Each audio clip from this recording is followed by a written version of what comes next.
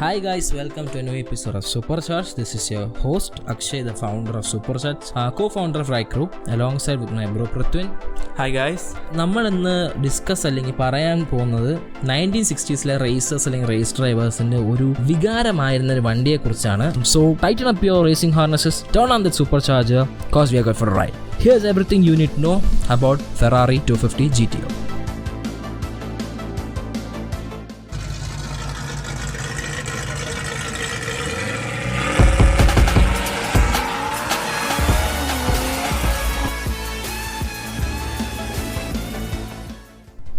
Ferrari 250 GTO is a GT car produced by Ferrari for homologation into FIA Group 3 Grand Touring category. Homologation is an approval process through which a vehicle is certified to go for racing in a given league. Ferrari 250 GTOയിലെ 250 അല്ലെങ്കിൽ 250 എന്ന് വെച്ചാൽ engine displacement in cubic inch അല്ലെങ്കിൽ 250 cubic inch engine displacement ആണ്. GTO stands for gran turismo omologato. അതൊരു Italian വാക്കാണ്. അതിൻ്റെ English അർത്ഥം എന്ന് വെച്ചാൽ ഗ്രാൻഡ് ടൊറീസ്മോ ഹൊമോളോഗേറ്റഡ്. വെറും 36 കാറുകൾ മാത്രമാണ് ഫെറാറി മാനുഫാക്ചർ ചെയ്തേക്കുന്നത്. ഇത് 1962-1964 വരെ. അതിനകത്ത് വെറും 33 കാറ് സീരീസ് 1 ബോഡി വർക്കിലാണ്. ബാക്കി 3 കാറാണ് സീരീസ് 2 ബോഡി വർക്കിലുള്ളത്. വണ്ടി US ലോഞ്ച് ചെയ്ത ടൈമിൽ 1962 പ്രൈസ് ആയിരുന്ന $18,000 ആണ്. അത് നമ്മുടെ നാട്ടിൽ ആ സമയത്ത് 83,000 റുപ്പീസാണ്. ഫെറാറിക്ക് വേണ്ടി 250 GTO ഡിസൈൻ ചെയ്തത് ചീഫ് എഞ്ചിൻ ഡിസൈനറായ ജിയറ്റോ ബിസ്രേനിയും ഓട്ടോമൊബൈൽ ഡിസൈനറായ സെർജിയോ സ്കാഗ്ലിയറ്റിയാണ്. എൻസോ ഫെറാറി ഡിസൈനേഴ്സിനോട് നിർദ്ദേശം കൊടുത്തെന്ന് വെച്ചാൽ ഇതിനെ ഒരു 2 ഡോർ ബെർലിംഗറ്റ സ്പോർട്സ് കാർ ആയിട്ട് മാനുഫാക്ചർ ചെയ്യാനാണ്. ഇതൊരു 2 ഡോർ വണ്ടി ആയതുകൊണ്ട് എൻജിൻ ഫ്രണ്ടിലും ഡ്രൈവ് വീൽസ് ബാക്കിലുമാണ്. അഥവാ front engine rear wheel drive ലേ ഔട്ടാണ്. ഫെറാറി 250 GTO ബെർലിംഗറ്റയുടെ സക്സസിന് ശേഷം കമ്പനി ഡിഫൈൻ ചെയ്യാൻ വേണ്ടി മാനുഫാക്ചർ ചെയ്ത സ്പോർട്സ് കാറാണ്. ഈ പ്രത്യേകത കാരണം 2004 മോട്ടോർ ട്രെൻഡ് ക്ലാസിക് 250 GTOനെ greatest Ferrari of all time ലിസ്റ്റിൽ 1ാം സ്ഥാനം കൊടുത്തു.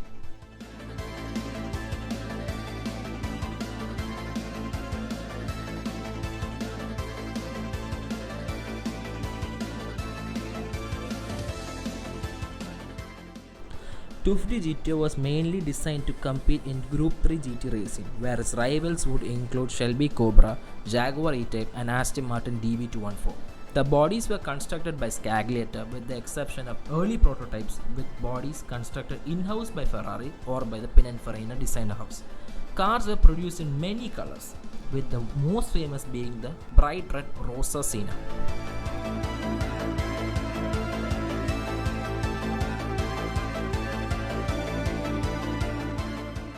.250 GTO's racing debut was in 1962 12 Hours of Sebring, where American racing driver Phil and Belgium racing driver Oliver were behind the wheels.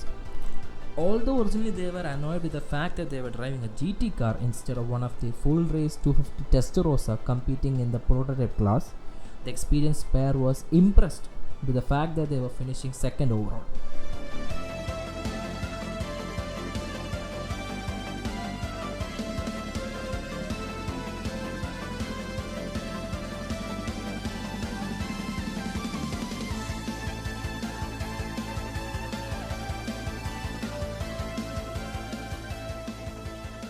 Ferrari would go on to win the over 2000cc class of the FIA's International Championship for GT manufacturers in 1962, 1963 and 1964.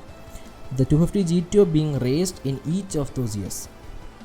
The 250 GTO also won the 1963 and 1964 Tour de France automobile, making Ferrari's 9 years dominance of the race.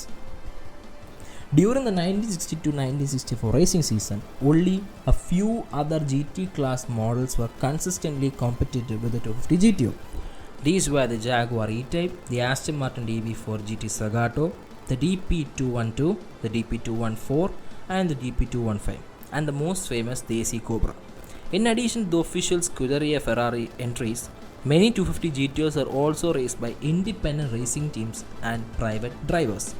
During this time, it was therefore common for 250 GTO drivers to compete against other 250 GTOs.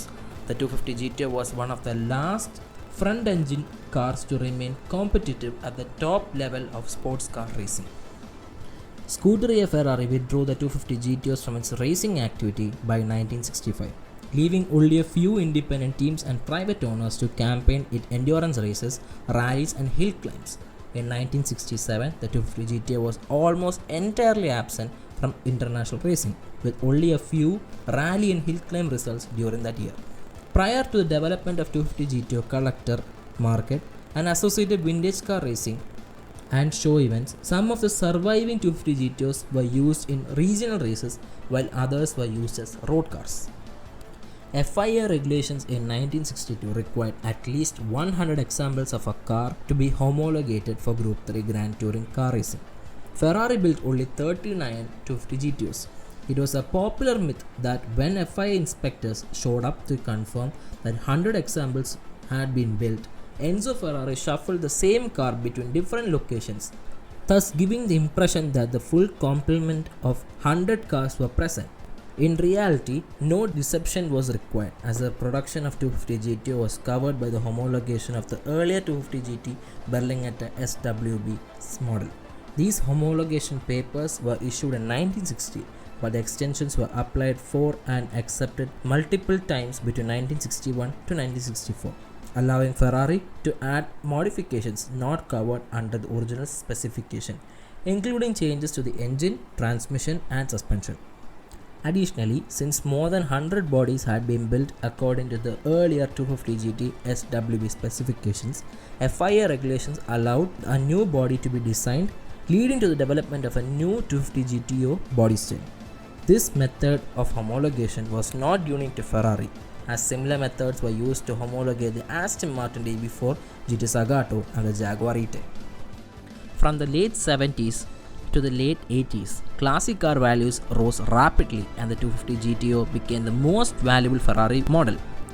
Prices began to climb again in the late 90s and have continued to rise throughout the present day. 250 GTOs have repeatedly broken records for the most expensive car ever to be sold at auction or private sale. The current record for the world's most expensive car was set in June 2018 when a 1963 250 GTO with a chassis number 4153 GT was sold to David McNeil in a private sale for $70 million. Hope everyone liked our presentation and the video. If you have any suggestions, please feel free to drop it in the comment section. Thanks for watching and do subscribe our channel for more supercharged content. Peace out.